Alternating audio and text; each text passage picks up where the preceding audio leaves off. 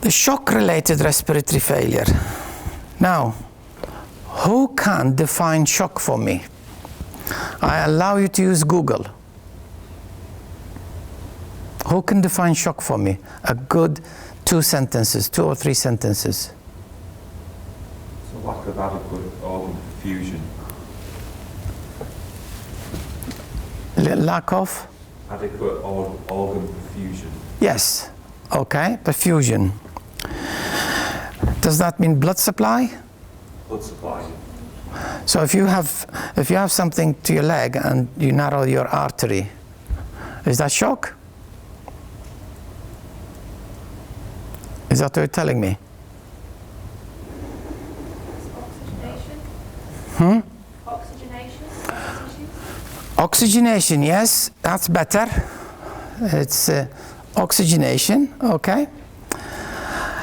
So you can look into Google, and the definition is probably half a page in every textbook. Now I made this simple definition. It's the difference between delivery of oxygen to the tissues and how much the tissues use oxygen. Okay? Now, if the delivery of oxygen is not enough to satisfy the tissues to a certain level, because the tissues, if you deliver oxygen and the tissues use normally, they use 250 mils a minute of oxygen. For a 70 kilogram person, the heart delivers 1,000 mils, which I'll show you in a minute.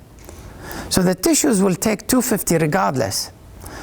So if you deliver 600, the tissue takes 250. Doesn't matter, okay? So it increases the extraction. So instead of 250 over 1,000, 25%, if you give 750, it gives you 50% extraction. So the tissues will extract more and more to keep you alive, okay? So when the delivery of oxygen doesn't satisfy the criteria, the tissues, then that's called shock. To the level of oxygen extraction, 66%. That's the maximum you could get. Above that, you get shock. Now, I'm going through this with you. It's not that difficult.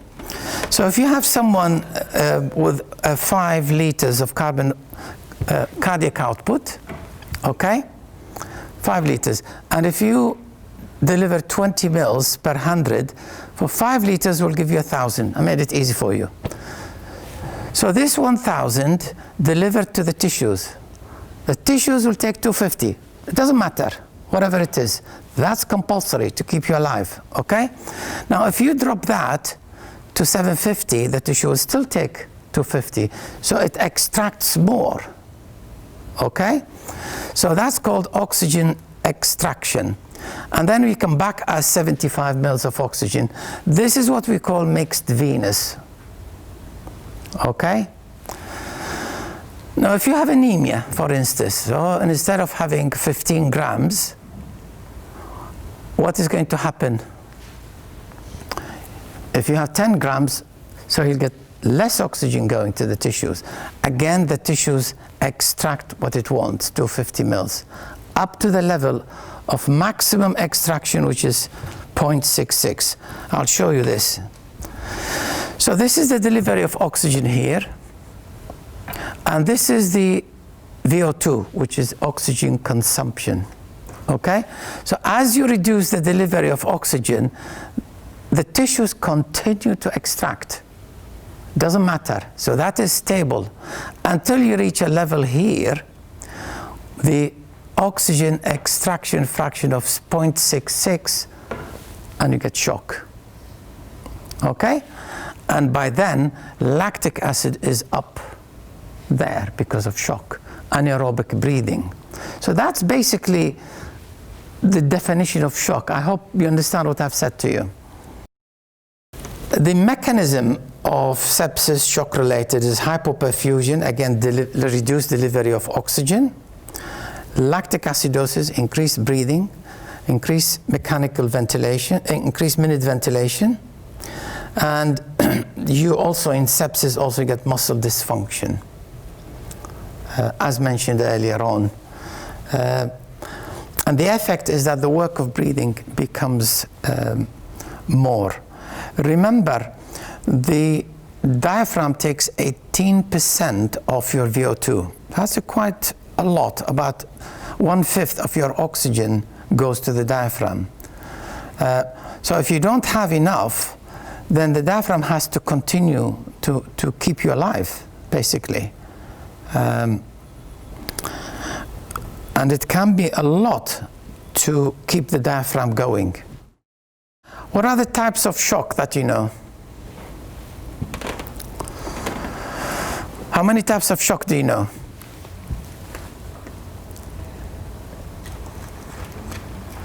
You got someone with hypotension.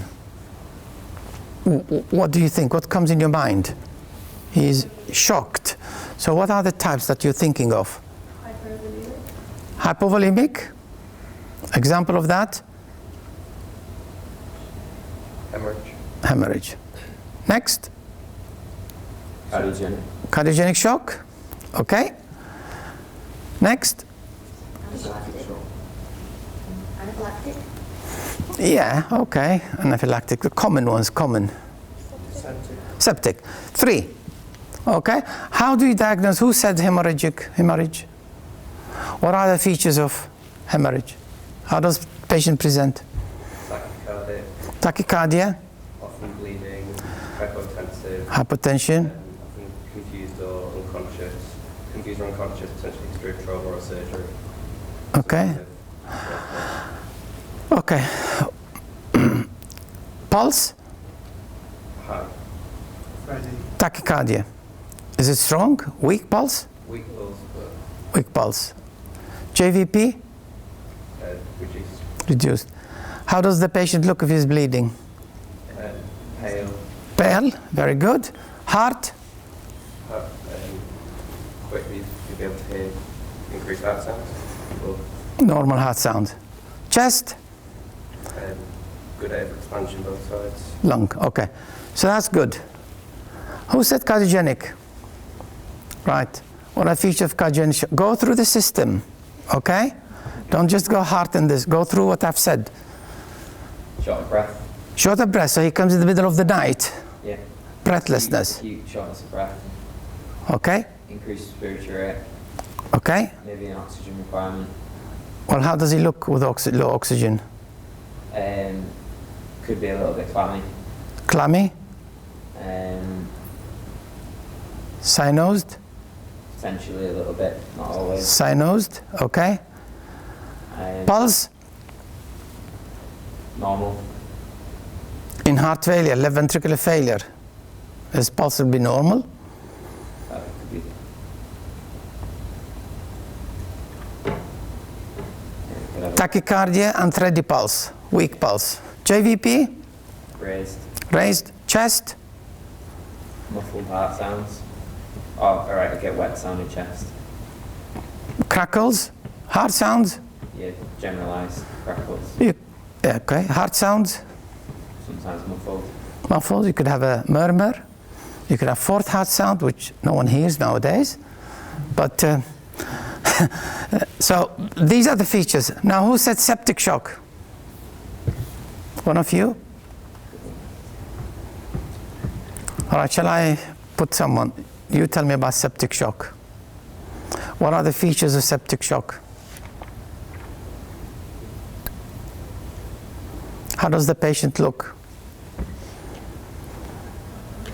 So who are you looking You go, because someone put his head down and doesn't want to answer. at?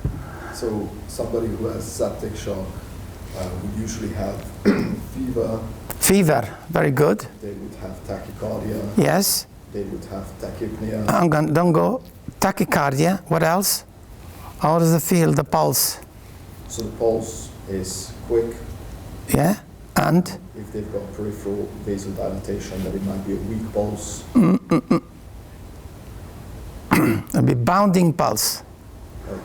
Because of the vasodilatation, the diastolic pressure goes down, and therefore it becomes bounding pulse.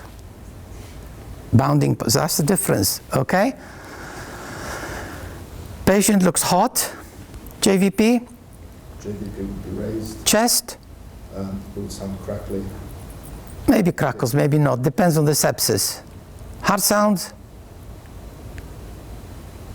Oh, it really depends. Normal. Normal. Okay?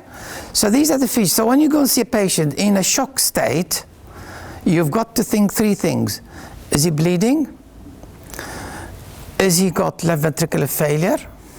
Has he got septic shock? So if you have this algorithm in your mind, you'll go in and you know exactly what you're doing. If it is septic shock, you do blood culture, you do urine culture, you do this, and give antibiotics straight on. If it is left ventricular failure, you treat him with morphine, oxygen, and furosemide. So this is the algorithm. Are the patient hot or cold? If the patient is hot, you check for capillary filling, septic shock. If heart is empty, JVP is down, is hypovolemic or cardiogenic shock. These are the major, what you see in every day. Is that clear? It's just, you don't have to memorize. It's all in front of you. It's just, I guided you really. You did the lecture for me. Okay, thank you very much.